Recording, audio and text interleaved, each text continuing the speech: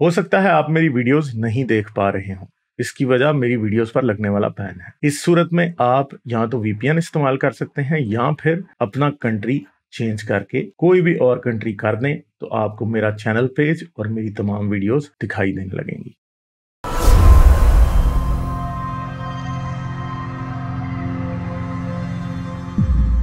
क्या नहीं, टिन से बात करते हैं। हेलो। जी आदाब वालेकुम हेलो। भाई। आदाब जी, आदाब। क्या हाल है, कैसे हो आप? मैं ठीक हूँ। सॉरी काफी लेट आ रहा हूँ, आप रैप अप कर रहे हैं। लेकिन वेनसडे को मैं सोचा मोमेंट ज्यादा आते हैं तो अभी बात कर लूँ।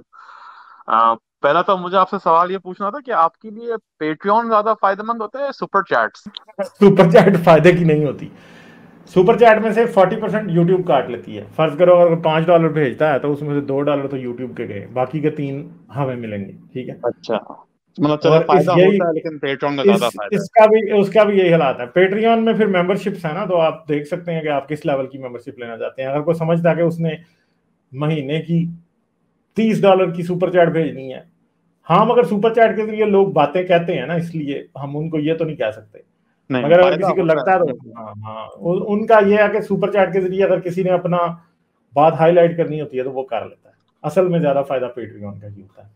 अच्छा, और हम्म। बस एक और मुझे आपसे सवाल ये पूछना था कि मैंने आपकी पिछली स्ट्रीम में एक स्पिरिचुअलिटी की बात हुई थी। आप कह रहे थे कि स्पिरिचुअलिटी एक वीकनेस होती है और मतलब एक वीक आर्ट लेजीनेस है बेसिकली। तो आप स्पिरिचुअलिटी किस तरीके से डिफाइन करते हैं? मतलब किसी हायर पावर पे बिलीव करना, कोई डीटी पे बिलीव करना, या आपकी क्या डेफिनेशन है स्पिरिचुअलिटी के ऊपर? किस लिहाज से सोचते हैं उसके बारे में आप? स्पिरिचुअल लोग हमेशा ये सोचते हैं कि हमारे अंदर कोई कॉन्शियसनेस जो है कहीं और से आई है। कई किस्म की स्पिरिचुअलिटी है। कॉन्शियसनेस भी में बिलीव करना, एक कनेक्टेड कॉन्शियसनेस में बिलीव करना, सोल में बिलीव करना, गॉड में बिलीव करना, ये सब स्पिरिचुअलिटी की फॉर्म है ना, डिफरेंट। तो अब ये उस पर डिपेंड करता है जो बंदा क्या मानता है। मगर मोस्टली आई थिंक कि लोग मजहब छोड़ देते हैं, मगर उसके बाद भी स्पिरिचुअलिटी उनसे नहीं छूटती। तो मुझे ये लगता है कि लोग जो क्वेश्चन से मजहब छोड़ने तक अराइव करते हैं, उन क्वेश्चंस को प्रॉपरली कैरी फॉरवर्ड नहीं करते। ठीक है, समझ गए? अच्छा, मैं तो जब समझ गया उनको आप किस लिहाज से कह हाँ, रहे हैं। क्योंकि हाँ, स्पिरिचुअलिटी मुझे तो काफी एक ब्रॉड टर्म भी लग सकता है। क्योंकि मुझे वो मैं जो सही स्पिरिचुअलिटी देखता था, मैं भी एक जमाने में था, अब मैं इतना नहीं अपने आप को कहता।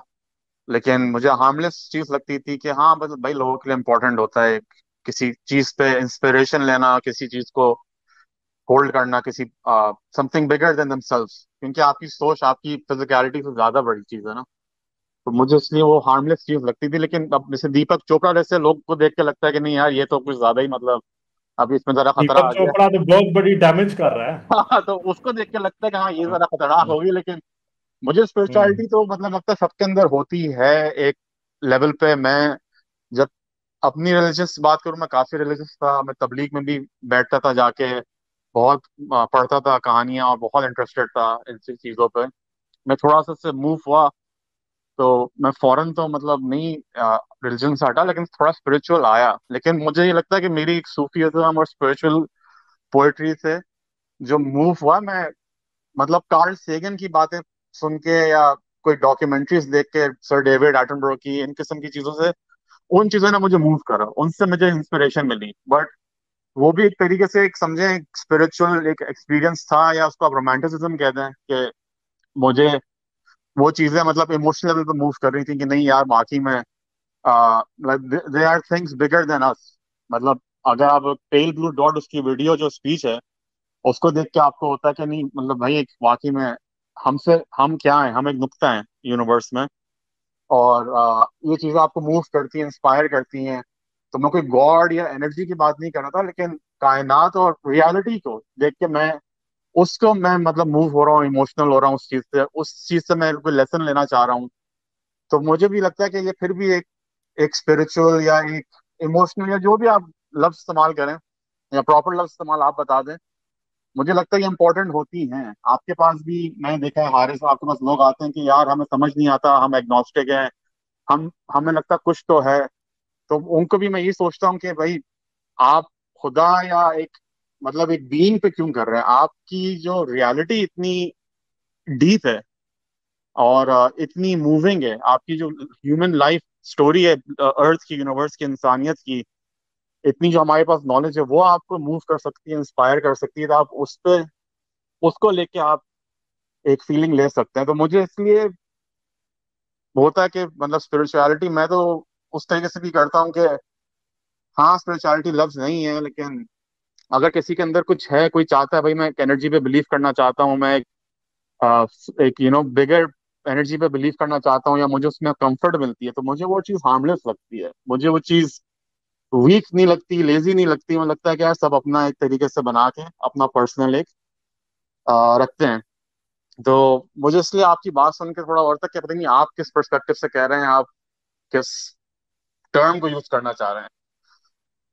तो ये मेरे जहन में मतलब बात थी, और मुझे ये था कि शायद मतलब मैं आपकी बात नहीं समझ रहा, या आप किसी और चीज पे बात कर रहे हैं, क्योंकि मैंने जो आपको भी डिस्क्राइब करा है, मुझे लगता है कि ये इंसान के एक मतलब नेचर में है, टू थिंक ऑफ और inspire of something bigger than ourselves.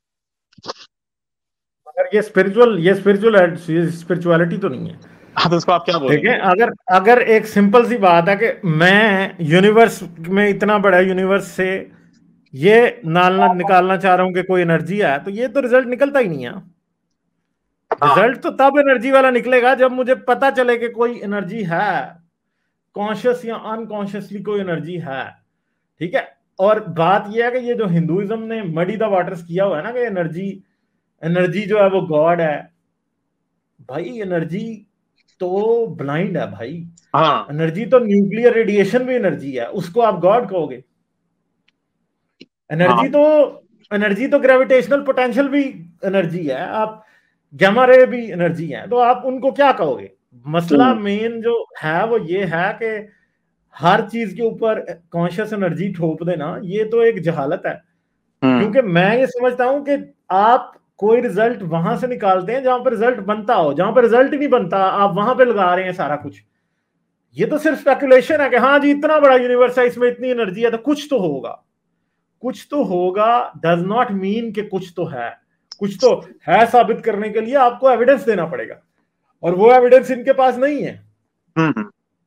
वो कौन देगा एविडेंस? वो मैं दूंगा उसका एविडेंस, या हाँ। ये देंगे जो मानते हैं किसी चीज में। तो मैं स्पिरिचुअलिटी को इसलिए लेजी कहता हूं कि स्पिरिचुअलिटी मजहब को छोड़ के भी इंक्वायरी का क्वेश्चन बंद कर देती है, आगे स्केप्टिसिज्म को बंद कर देती है, रैशनैलिटी को दफन कर देती है दोबारा। कि अब चले मजहब में तो आपके पास, मैं समझता हूं मजहबियों की पोजीशन एटलीस्ट स्पिरिचुअलिटी वालों से फिर भी अच्छी है। कैसे? इसलिए कि उनके पास अपनी बातों का कोई ना कोई उनकी सेंस में एविडेंस है। कुरान में फलां बात लिखी है इसलिए ये सच है, बाइबल में फलां बात लिखी है ये सच है, गीता में फलां बात लिखी है ये इसलिए ये सच है। स्पिरिचुअलिटी वालों के पास क्या है? हंच। हाँ मुझे लगता है यूनिवर्स बहुत बड़ा है इसलिए कुछ तो होगा। भाई आप चीजों को स्टडी किए बगैर ही सिर्फ और सिर्फ हंच की बेस पे आप अपने आप को ये कह रहे हैं कि आप इस बात में बिलीव करते हैं, तो आई थिंक कि हंच जो है वो बिलीफ की बेस नहीं हो सकता। आर्ग्यूमेंट वो चीज होती है, आर्ग्यूमेंट सिर्फ वो बात हो सकती है जो लॉजिकल होती है, जो खुद प्रूवन होती है। आर्ग्यूमेंट वो बात नहीं हो सकती कि मुझे एक चीज का नहीं पता और मैं उसे आर्ग्यूमेंट के तौर पर यूज कर रहा हूं। ऐसे नहीं हो सकता कि मैं ये कहना शुरू कर दूं आपसे कि जी अलास्का में रेल ट्रैक्स होंगे। ठीक है, हाँ। अलास्का में रेल ट्रैक्स होंगे या नॉर्थ पोल पे रेल का ट्रैक होगा। तो मैं आपसे पूछूं कि हाँ जी क्यों होगा, तो आप ये कहें कि हाँ देखो आप दुनिया में रेलें होती हैं ना, ट्रेन होती हैं, इसलिए अलास्का में रेल ट्रैक होगा। हालांकि इन दोनों बातों का आपस में कोई कनेक्शन नहीं है। कि हम्म। हाँ जी यूनिवर्स में क्योंकि एनर्जी है इसलिए वो एनर्जी गॉड होगी। इन दोनों बातों का आपस में कोई कनेक्शन नहीं है।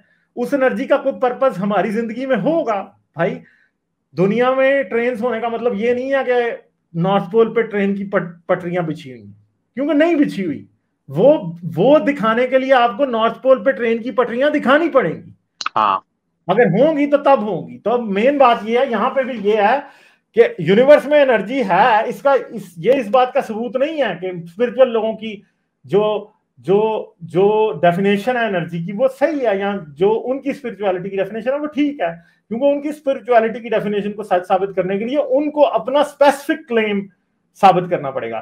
खुदा को या स्पिरिचुअलिटी को या किसी भी जगह साबित करने को, ये मार्क माय वर्ड्स नाउ, ठीक है, ये वाले सब लोग जो सुन रहे हैं फैलेसी को समझेंगे खेलते क्या है। फैलेसी ये है कि ये जनरल पर्पस लॉजिक को साबित करके स्पेशल कंडीशन उससे निकालते हैं जो कि नहीं होती साबित। जनरल पर्पस स्टेटमेंट क्या है कि यूनिवर्स में एनर्जी है, ठीक है, अब स्पेशल स्टेटमेंट उससे आगे शुरू होती है कि वो एनर्जी खुदा है। सही समझा। मैं इस चीज को डिफाइन करता था डीइज्म या ये कोई डीईटी को मानना। तो मेरी डेफिनेशन ये थी इस चीज की। लेकिन मुझे इतना कोई नॉलेज, मैं इतना भी ज्यादा नहीं पढ़ा।